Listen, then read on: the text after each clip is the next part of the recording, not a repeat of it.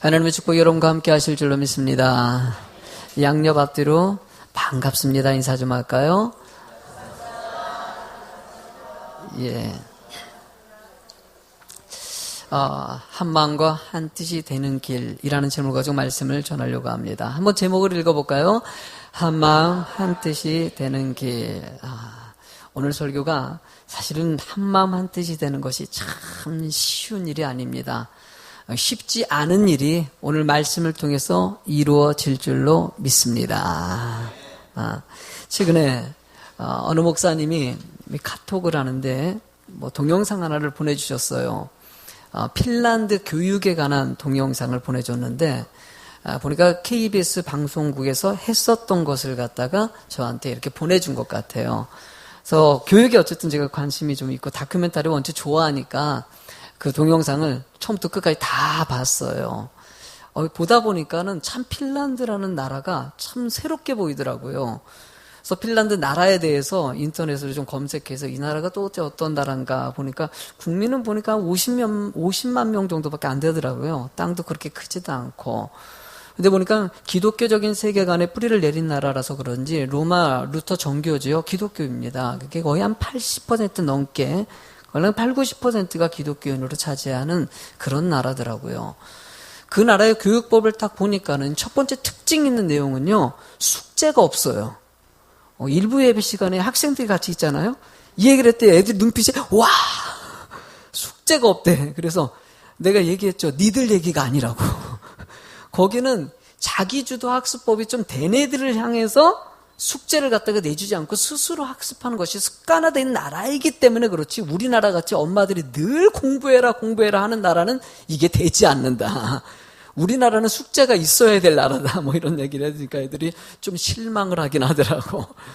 근데 어쨌든 그 교육법을 보니까 참 특징이 자기주도적인 학습들에 대해서 아주 강력하게 얘기를 하는 거예요. 그러니까 스스로 알아서 하는 것이죠. 수학 같은 거 푸는데도요, 그 나라는 좀 특징이 있어요. 우리나라 수학 문제 푼다 그러면 혼자서 막 메워서 풀지 않습니까? 근데 그 나라는요, 수학 문제에 대해서는 모여서 푸는 게 습관이 돼 있어요. 그러니까 문제 하나를 놓고 같이 연구해서 이게 어떻게 풀어야 되지? 이걸 어떤 방식으로 해야 되지? 이렇게 토론 문화가 잘 돼 있는 거예요. 애들을 자유롭게 노는 것을 갖다가 잘 방치시킵니다. 그러면서 서로 어울림을 가리킵니다. 서로 간에 같이 공동체성을 가리키더라는 거예요. 이런 아이들 보니까 쭉 이렇게 자라오다 보니까요, 자기가 알아서 하다 보니까 보통 아이들이 한 3개 국어를 갖다가 쉽게 하는 거예요. 우리나라는 2개 국어도 하기 어려운데 이 3개 국어를 하는 애들이 대부분, 어떤 애는 4개 국어까지 하고 5개 국어도 하는 애들이 일상적인 나라예요. 어떻게 이런 기도 이렇게 잘할까라는 생각을 하면서 거기에 있는 그 교육부 장관이라고 하죠. 그분이 중간중간에 나와가지고 인터뷰하는 장면이 나옵니다. 그럴 때 일단 그 중점적인 것에 대해서 좀 이 나라가 좀 어우러지는 나라, 누가 한 사람만 잘나서 되는 나라가 아니라 서로가 협력해가지고 잘 되는 나라, 그런 교육법을 갖다 추구한다는 것이에요. 그러니까 그 나라의 아이들을 보면은요, 누가 한 명이 뛰어내서 되는 그런 스타일이 아니라 모든 사람들이 공평하게 교육 혜택을 받을 수 있는 그런 교육 방법을 채택하고 있더라는 거예요. 그리고 함께하는 것을 갖다가 추구하는. 저는요, 참 다큐멘터리 읽으면서 참 마음이 진짜 멋있다. 같이 어울리고, 성께 이렇게 같이 함께하는 그런 공동체. 우리나라 같은 경우는요, 개인주의가 너무나 심화되지 않았습니까? 나만 잘 먹고 잘 살면 된다라는 사고가 뿌리를 내려 있어요. 절대 상대방을 생각하는 경우가 그렇게 많지가 않습니다. 왜냐하면 여러분들의 삶도요, 누구에게 좀 나눈다든지 여러분들의 소득을 나눈다든지 베푸는 경우가 얼마나 있습니까? 상대방을 생각하는 경우가 얼마나 있습니까? 실제적으로 우리나라 사고는요, 그런 사고가 잘 안 돼 있어요. 여러분, 핀란드 나라 보면서 한편은 너무나 부러운 것이에요. 서로 간에 잘 되고자 하는 이 어우러짐을 갖다가 추구하는 공동체. 여러분, 교회는요, 사실 정말 중요합니다. 왜냐하면 교회는요, 공동체성을 되게 강조하거든요. 혼자가 아니라 같이 기뻐하고 같이 울 수 있는. 그래서 제가 그런 얘기 제일 많이 하지 않습니까? 함께 울고 함께 우는 교회가 되자. 한번 따라해 보세요. 함께 울고 함께 웃는 교회 되자. 얼마나 좋습니까? 서로 간에 어울려져 가지고 기쁨을 나눌 수 있는 교회가 되는 거. 제가 이 시편과 빌립보서랑 전도서 세 부분의 말씀을 하면 성경은 전체적으로요 같이 함께 어울려지는 것을 상당히 얘기 많이 하고 있거든요. 한번 읽어보시겠습니까? 시편 133편 1절입니다. 시작. 보라 형제가 연합하여 동거함이 어찌 그리 선하고 아름다. 하나님은요 서로 어울려지고 연합하고 한마음이 되는 것을 정말 가장 기뻐하시고 가장 아름다운 것이라고 표현하고 있어요. 바울 사도는 빌립보 교회, 여러분들 빌립보 교회라는 곳이 세워질 때 로마가 빌립보 지역을 갖다 점령했어요. 점령하고 나서 그 지역을 제2의 도시국가를 세우기 위해서 어떻게 할까 고민하다가 은퇴한 군인들을 갖다가 빌립보 지역에 파송했어요. 그 빌립보 지역에 파송하다 보니까 빌립보 지역에 있는 사람들은 군인들이 세운 도시라 보니까 성격이 강해요, 안 강해요? 성격이 되게 강했어요. 그렇게 강한 사람이 예수님을 믿으면은 그 강한 모습이 그대로 있을까요, 없을까요? 있다고 하세요. 있어요. 하여튼 내성적인 사람들이 예수 믿으면 성격이 발랄해지고 아니에요. 그대로 또 있어요. 성격이 막 자기밖에 모르고 막 그냥 그 다혈질적인 사람들이 예수 믿으면 또 이 다혈질적인 것이 그대로 나와요. 단지 말씀을 통해서 시간이 지나면서 다스려지는 것이죠. 그러니까 빌립보 교회가 열정이 있고 뜨겁긴 했지만은 그 안에 성격이 강하다 보니까 싸움이 많았어요. 갈등이 많았어요. 바울 사도가 빌립보서 1장에 그들을 향해서 이렇게 말씀하고 있어요. 읽어보시래요. 27 시작. 오직 너희는 그리스도의 복음에 합당하게 생활하라. 이는 내가 너희들보다 떠나 있으나 너희가 한 마음으로 서서 한 뜻으로 복음의 신앙을 위하여 협력하는 것과 무슨 일에든지 대적하는 자들 때문에 두려워하지 아니하는 이 일을 듣고자 함이라. 그러니까 바울 사도가 복음을 전하는데 정말 중요한 것이 있는데 두 가지를 갖다 언급하면서 첫 번째는 마음이 하나가 되는 거. 두 번째는 세상에 이 모든 기독교인들에서 박해하고 힘들게 만드는 것 두렵지 않는 마음. 이것이 되면은 교회가 은혜 가운데 성장할 수 있다는 것을 하면서 감옥 속에 있는 바울 사도가 빌립보 성도들에게 제발 마음이 하나가 됐으면 좋겠다라는 것을 갖다 편지로 보낸 것이에요. 그러니까 마음이 하나가 되면은요 그만큼 교회가 건강하게 성장할 수 있다는 것을 얘기하는 것이죠. 여러분들 전도서 4장 12절 말씀 한번 읽어보겠습니까? 시작.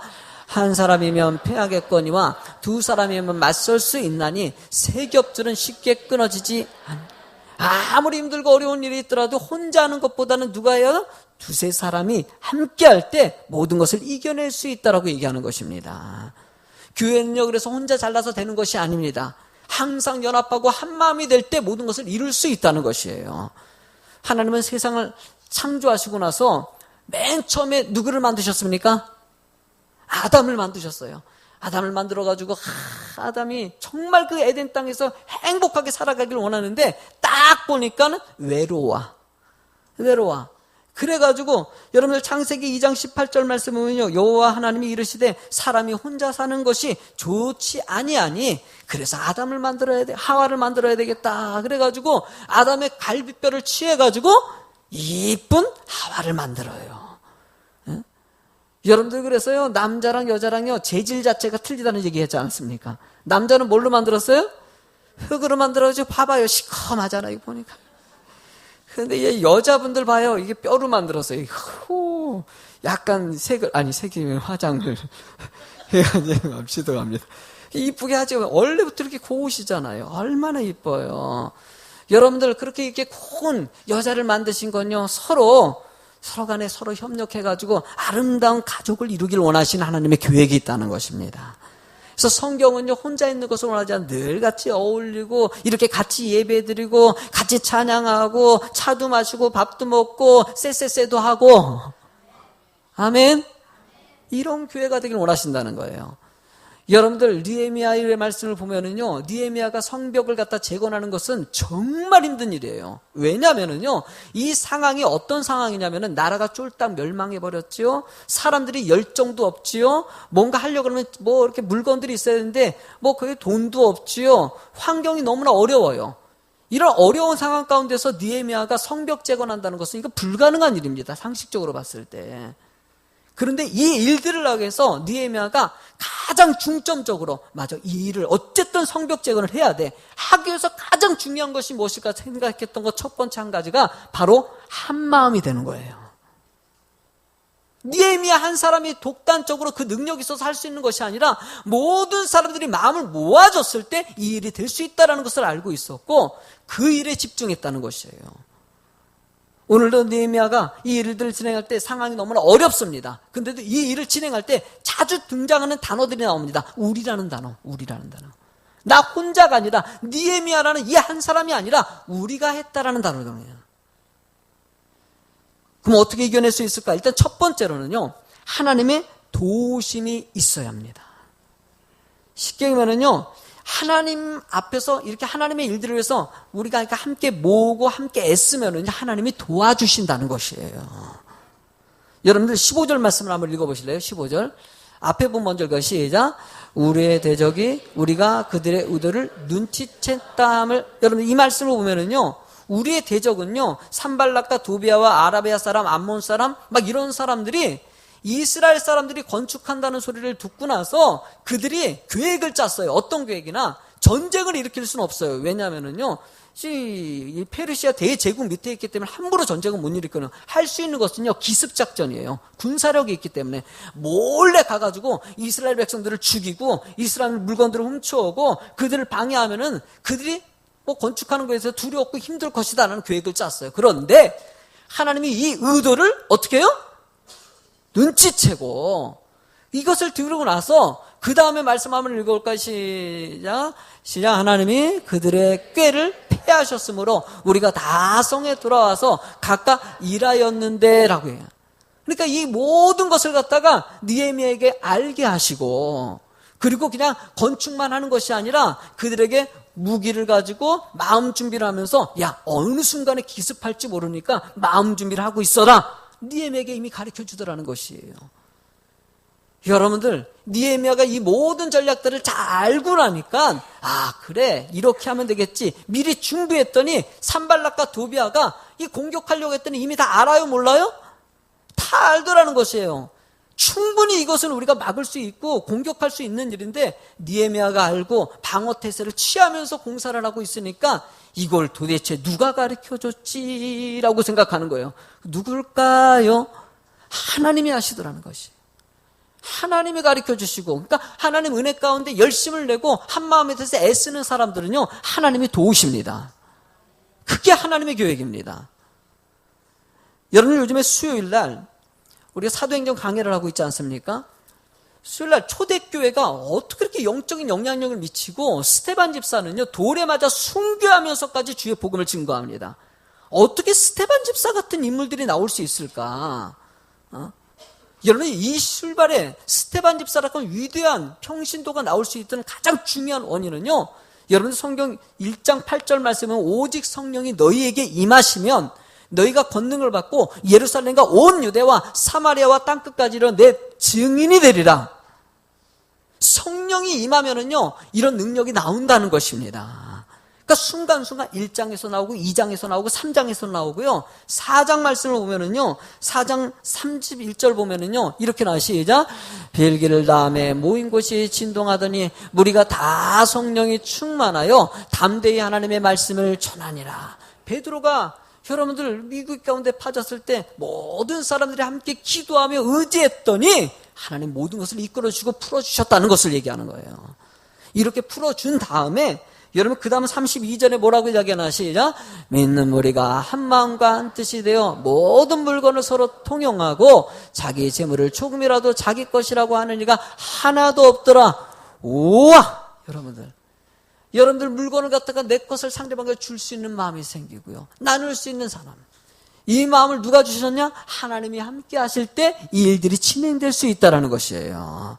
여러분들 함께 하는 것도요, 성령의 역사가 있을 때 함께 할 수 있는 것이에요. 그리고 그 성령의 역사 가운데 함께 주의 복음을 위해서 애쓸 때 하나님이 이렇게 도우시고 저렇게 도우시고 이렇게 열어주고 저렇게 열어주고 아멘 할 때까지 열어가신다는 거예요. 여러분들 우리가 두 번째, 여러분들 그러면은 우리가 한 마음이 될 필요한 것은 분명한 목적과 방법이 있어야 된다는 거예요. 여러분들 제가 개척하면서 꿈꿨던 것이 있습니다.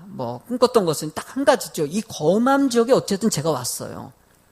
거맘 지역에 오면서 무슨 생각했습니까? 거맘의 지역에 있는 모든 사람들이 예수 믿어가지고 하나님 은혜 가운데 거하는 삶이 되는 거. 방황하는 사람들은 방황이 멈추는 것이고 믿음이 없는 사람 믿음이 들어가기를 원하는 거. 가정에서 예배 드릴 때가 있었는데 여러분 이렇게 성전 짓고 나서 성전도 이렇게 확장해가지고 이렇게 성도님들이 이렇게 가득 채워져가지고 예배 드릴 때마다 정말 감사해요. 여러분을 개척할 때부터 그 계획이 있었기 때문입니다. 사실은 목적은 한 가지예요. 여러분 모든 사람들이 구원받는 축복의 장소가 되길 원하는 거. 여러분들 이 일 때문에 여러분들 이 자리에 있는 거 아니겠습니까? 여러분들 이 목적을 가지고 여러분들도 이곳에서 그냥 나만 예배 잘 드리고 가겠다. 사실 이거는요 너무 기본적인 생각입니다. 조금 하나님의 말씀 안에 은혜 받은 사람은요, 그래 목사님과 한 마음이 되어서 이 거맘 땅이 변화되고 이 거맘 땅이 축복의 땅이 되고 거맘 땅이 모든 믿지 않는 영혼이 예수 믿어가지고 하나님의 기뻐하는 웃음꽃이 만발한 땅이 되는 거. 여러분이 이 땅이 되길 원하십니까? 그러기 위해서 여러분들이 이 자리에 우리와 함께 하고 있다는 것이에요. 그 소신의 중심을 가지고 가니까 하나님이 이렇게 만나게 하시고 이렇게 돕게 하시고 이렇게 채워주시고 지금까지 그렇게 왔어요.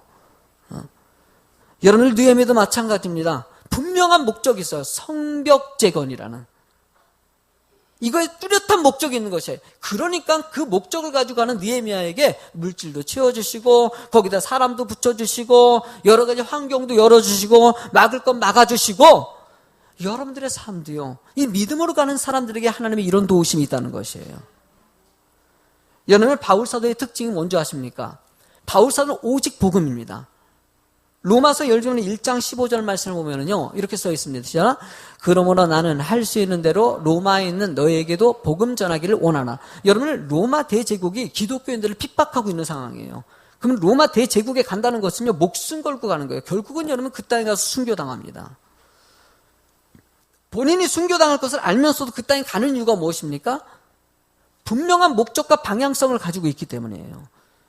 그런 목적을 가진 사람들에게 하나님은요 디모데도 붙여주시고 베베도 붙여주시고 여러분 여러 가지 사역자들을 함께 해가지고 여러분 유럽 지역까지 아시아 지역까지 주의 복음을 증거하는 아주 중요한 역할을 하게 하지 않습니까? 하나님은 우리들을 위해서 그런 목적을 가지고 가는 사람들에게 뜻을 이루게 하십니다. 저는 우리 예수비전교회도 하나님의 뜻이 있고요. 하나님의 계획이 있다는 것을 확신합니다. 이를 위해서 여러분들이 지혜를 모으고 마음을 모아서 이 지역에 이 거맘 땅이 이 거맘 땅은 정말 축복의 땅이다. 여러분 제가 이 거맘 땅에 왔을 때요. 거맘 땅을 갖다 분석을 했어요. 땅 밟기 하면서 이리저리 분석하고 저는 분석하는 데만 거의 한 3개월 걸렸습니다. 이 지역의 특징을 알아요. 여러분 복음화율이요 거맘 땅이 제일 낮은 거 아십니까 여러분들? 예수 믿는 사람 적어요. 왜냐하면 여기는요 잠깐 왔다 거쳐가는 사람들이 참 많아요. 그러다 보니까 이게 인천도 아니고 그렇다고 이제 서울에 있는 분들이 이쪽으로 이주한 분들이 의외로 좀 많은 편에 들어가요. 그러니까 서울적인 사고 가진 분들도 계시고 이런 분들이 그러다 보니까 서로 간에 믿질 않아요. 그래서 보니까 민원을 갖다가 한 것 중에서 거맘이 제일 민원을 많이 한대요. 그만큼 좀 까탈스러운 지역이야. 그러니까 이 지역에서 복음 전도하고 목회한다는 것이 쉽지가 않거든요. 그러니까 들어갈 때 주변에 있는 목사님들이 이 거맘 땅 목회의 죽음의 땅이라고 가오주 성공한 케이스가 없는데 왜 여길 들어가려고 그러냐 얘기도 했었어요, 사실은요. 근데 아무리 힘들고 어렵고 이런 얘기 하더라도요, 목적이 분명하면요, 가야 안 가요? 그 중요한 것이 아니에요. 이렇게 어렵고 저렇게 어렵고 어딜 가나 다 어렵지요. 그렇죠. 그러나 목적이 분명하면요, 아무리 힘들고 어려도요, 아골골쩍 빈들에도 복음 들고 가게 되어 있습니다. 여러분을 믿음 있는 여러분들을 하나님께서 이렇게 만나게 하셔가지고 이 척박한 땅이 축복의 땅이 되도록, 저는요 내 머릿속에 그리는 것은 이 거만 땅이 많은 사람들이 하나님께 예배드리고 모든 주민들이 함께해서 기독교 이 교회 축제에 오는 게 꿈이에요. 안 될 것 같지? 아멘 하는 거 봐요. 정말 그래. 아이고 목사님이 또 허황된 꿈을 꾸신다. 여러분 그렇게 될지어다. 됩니다. 여러분들 열심히 주의 복음을 증거해 보시고, 우리 교회가 뭐 조그마하죠. 뭐 신생교회나 세대교회 비교해가지고 뭐 숫자도 얼마 안 되는 것 같지만은요, 아니에요. 우리 교회 만만치 않습니다. 일당 100에 몇 명에 한 명씩 100명 따지니까 우와. 뭐 이게 하나님은요 그렇게 저렇게 채우시는 것이 하나님의 은혜시에요. 여러분 16절 말씀 한번 읽어보세요. 시작. 그때로부터 내 수하 사람들의 절반은 일하고 절반은 갑옷을 입고 창과 방패와 활을 갖췄고 민장은 유다 온 족속의 뒤에 있었으며, 여러분들 이 느헤미야가 애써가지고요 세상에 이스라엘 백성들이 지금 완전히 낙심하고 아무것도 할 의욕이 없는 지금 몇십 년 동안 길이 엉망인데도 누구 하나 손 하나 까딱 안 됐어요. 의욕도 없는 그런 사람들을 갖다가 절반이 넘는 사람들이 지금 열심히 일하는 사람으로 바꿔갔습니다. 대단해요? 안 대단해요? 대단해죠, 여러분들. 대단하죠. 대단해요. 하나님의 이런 중간에 열정을 놓지 않는 사람들, 오직 하나님만 바라보고 목적이 분명한 사람들은요, 하나님이 그 사람들을 변화시켜요. 의욕이 없는 사람은 의욕 있게 만들고요, 생각이 없는 생각이 들어가게 만들고요, 아 그래 이렇게 도와야지, 이렇게 힘이 돼야지, 이런 마음을 갖게 하셔요. 목사되어 목회하다 보면은요 힘이 되어지는 말을 들을 때마다 그게 정말 감사해요. 그래도 오직 제가 뭐 하는 거 뭐 있겠습니까? 우리 교회가 하나님 앞에서 죽어가는 영혼들 소생시키고 구원의 역사를 이루는 이런 장소가 되는 것이 소망의 별다른 꿈이 있는 사람이 아니에요. 사실은요 아주 단조로운 사람이 들어가죠. 그냥 이 일에 여러분들이 마음 모아줘가지고 지금까지 온 거 아니겠습니까? 앞으로도 우리 예수비전교회가 하나님의 더 큰 뜻을 이룰 수 있는 많은 영혼들이 소생되는 축복의 생명력 있는 그런 땅 저는 될 줄로 믿습니다. 그렇게 될 때 하나님께서는요 어떻게 도우느냐, 20절 말씀을 한번 읽어봐요. 20절 시작. 너희는 어디서든지 나팔 소리를 듣거든 그리로 모여서 우리에게로 나아오라. 우리 하나님이 우리를 위해서 싸우시리라 하였느니라. 여러분 뭐라고 얘기합니까? 당시에 모든 지역에 퍼져 있는 사람들이 공사를 하려니까 쉬워요, 안 쉬워요? 그러다 보면 나팔수를 동원해가지고 혹시나 기습을 하게 됐을 때 빠빠라빠빠빠빠 불면은 모인다는 것이에요. 그런데 이렇게 모였을 때 누가 하시냐? 누가 하신다고 합니까? 우리를 위해서 누가 싸우셔요? 하나님이 싸우신다는 거예요. 여러분들 하나님은 그렇게 힘이 되어주신 분이에요. 늘 우리의 생각 가운데서는 우리의 환경과 처지를 보면서 자꾸 안 될 거다라는 생각이 사로잡힐 때가 있어요. 아니에요. 하나님이 하시면 되는 것이에요. 흔들리게 만드는 산발락과 두비아가 있어요. 군사력도 밀려요. 환경을 보면은요, 의욕을 갖다 조금만 건드리면은요, 그냥 쉽게 상처받아요. 지금 여러분들 여기서는 은혜인데 또 그 다음에는요, 또 원망하는 부분이 또 나오고 이런 들이 계속 등장해요. 그만큼 느헤미야의 사역이 쉽지 않은 것이에요. 그런데도 그 순간 느헤미야의 장점은요, 오직 누구만 바라봅니까? 하나님만 바라고 하나님을 의지한다는 데 목적이 있습니다. 이번 금요일 날 안희안 목사님 오셔가지고 말씀 전했는데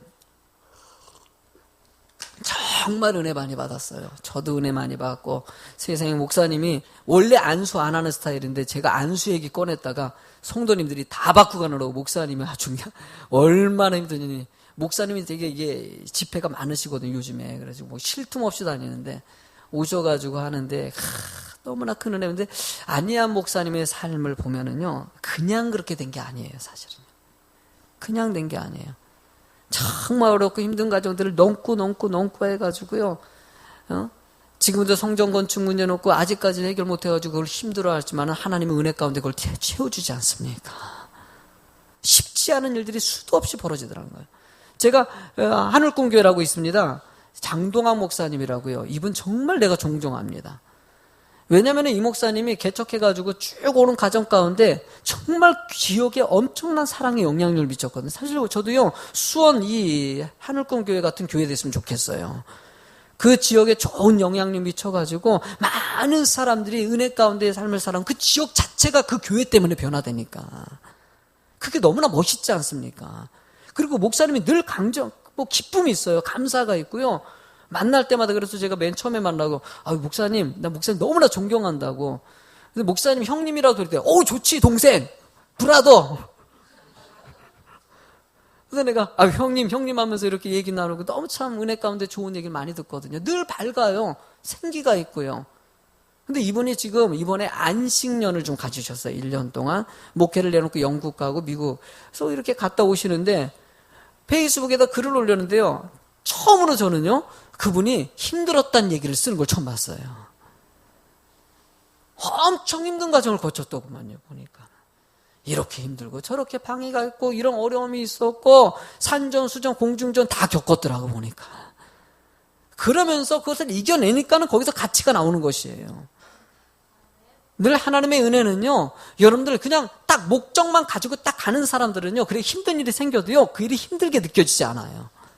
그게 특징입니다. 하나님은 여러분들을 통해서도요, 뜻을 이루게 하십니다.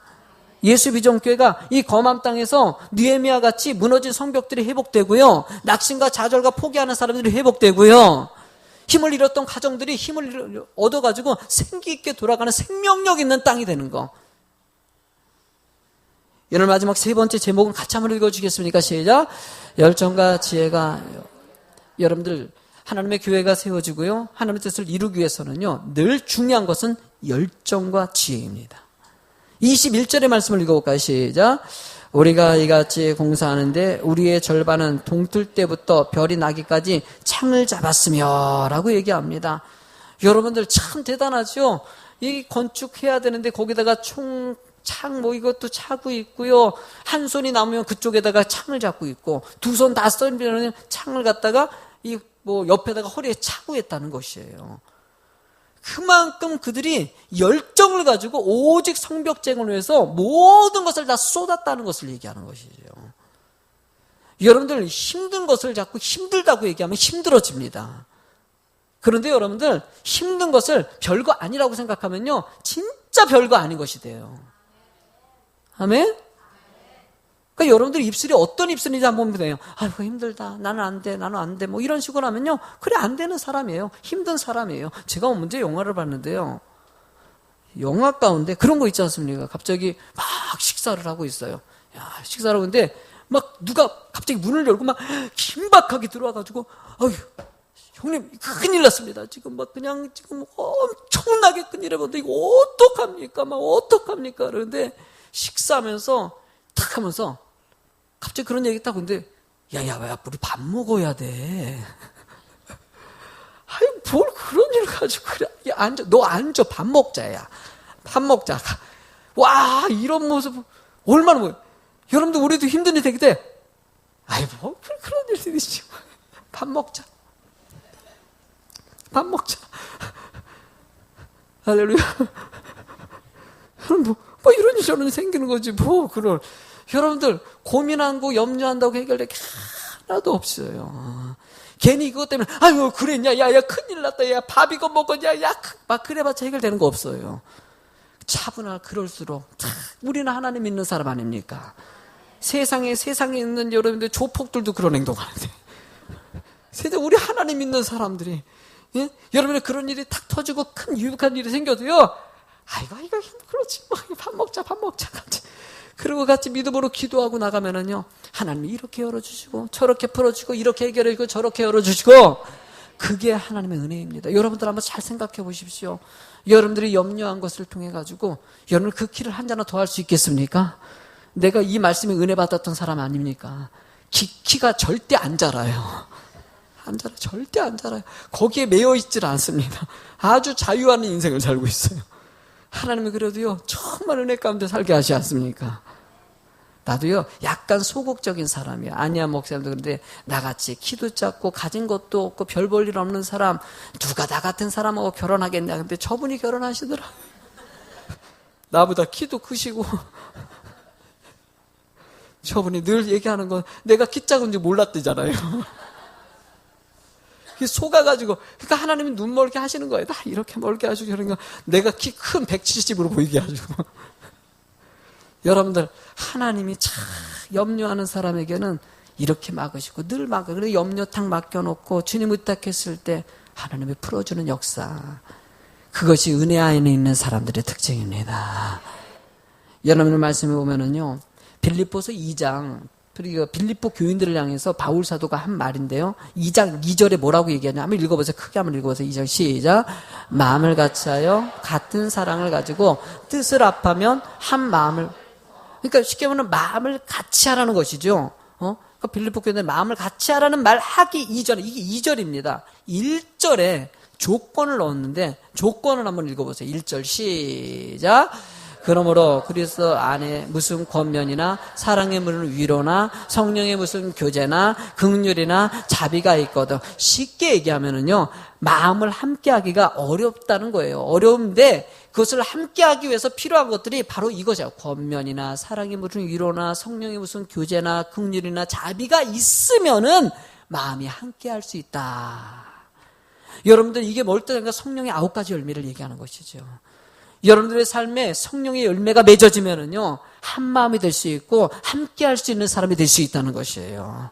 내 것만 주장하고 나만 잘 먹게. 아니에요. 하나님께서는요, 상대방의 긍휼한 마음을 가지고 불쌍히 여기는 마음을 가지고 상대방 보게 돼 있고요, 어쨌든 그래도 사랑하고 저래도 사랑하고 요래도 사랑하는 마음도 주게 돼 있고요, 정말 사랑의 위로와 견면할 수 있는 그런 마음도 주실 때, 그때 우리가 한 마음 될 수 있다는 것이에요.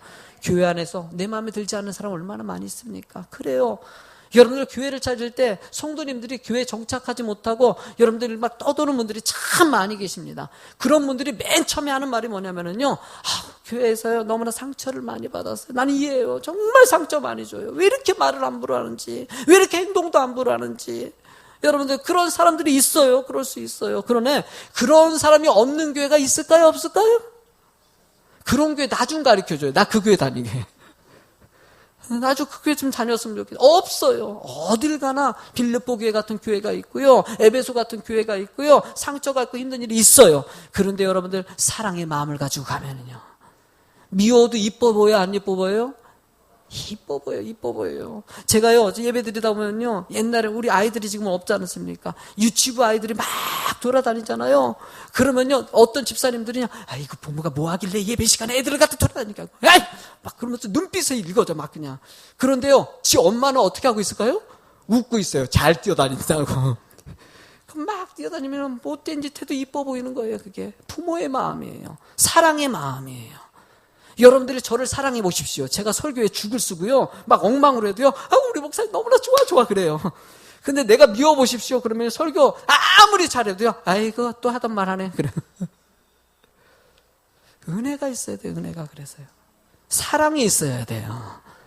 그리고 가장 중요한 것 한 가지, 마지막으로 크게 한번 읽어보십시오. 5절 말씀이에요. 시작. 너희 안에 이 마음을 품으라. 다 읽어주세요. 다 읽어주세요. 다. 나 여기 앞에 스크린 보세요. 앞에 스크린 보시고요, 크게 목소리 딱 맞춰가지고, 너무나 중요한 말씀, 한 마음이 되면서 제일 중요한 거. 시작. 너희 안에 이 마음을 품으라. 고 그리스도 예수님만 닮아가면 됩니다. 아멘. 예수 그리스도의 모습을 닮아가십시오. 그 사랑의 마음을 닮아갈 때 가정도 하나가 될 수 있고요, 교회도 하나가 될 수 있고요, 이 나라와 민족도 하나가 될 수 있다는 것이에요. 그 은혜 가운데 살아가는 여러분이 되길 주의 이름으로 축원합니다.